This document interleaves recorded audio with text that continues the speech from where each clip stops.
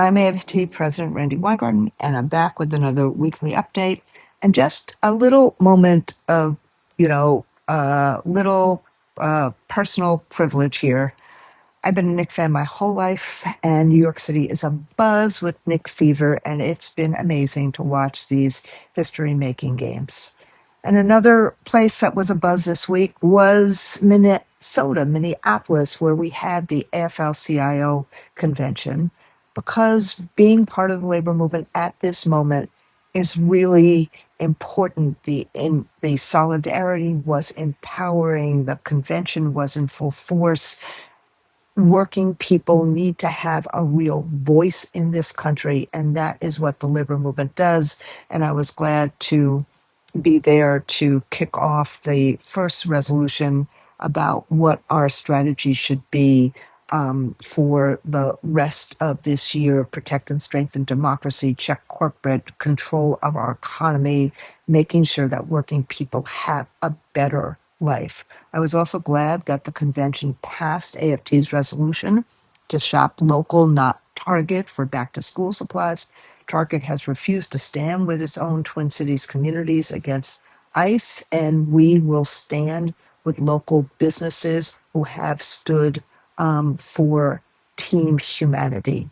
And so the convention did so many other things, including a path for what we need to do to move forward in this country, including a path for voting and ensuring that people who support working people are in the halls of power. It was also great to hear from Dolores Huerta and David Huerta and so many other people in terms of that path of what we need to do.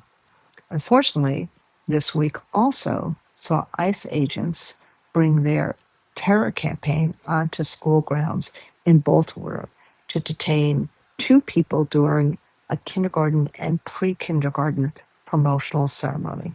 We must continue to stand up for our immigrant students and our families and make schools safe places. Other things happened this week as well. RAND had its annual teacher survey out, shining a light on the high stress, stagnant pay, and lack of classroom resources that educators face every day.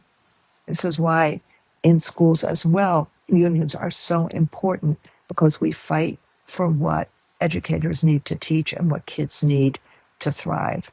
And that's essentially what has been happening in Philadelphia as well. The Philadelphia Federation of Teachers and the kids they serve scored a huge victory when 340 positions in classrooms, instead of being cut, were actually restored in the city budget.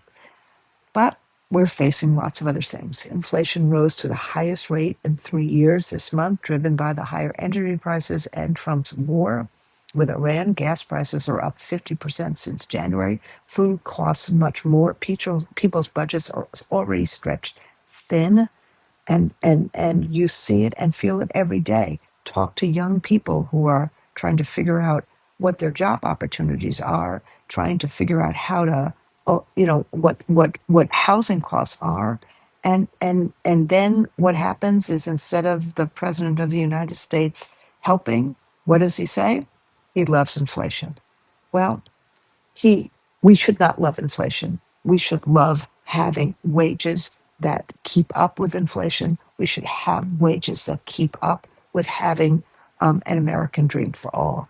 And what was Congress's response to all of this? 70 more billion for ICE, without any of the common sense safeguards that should happen. What is our response to all this?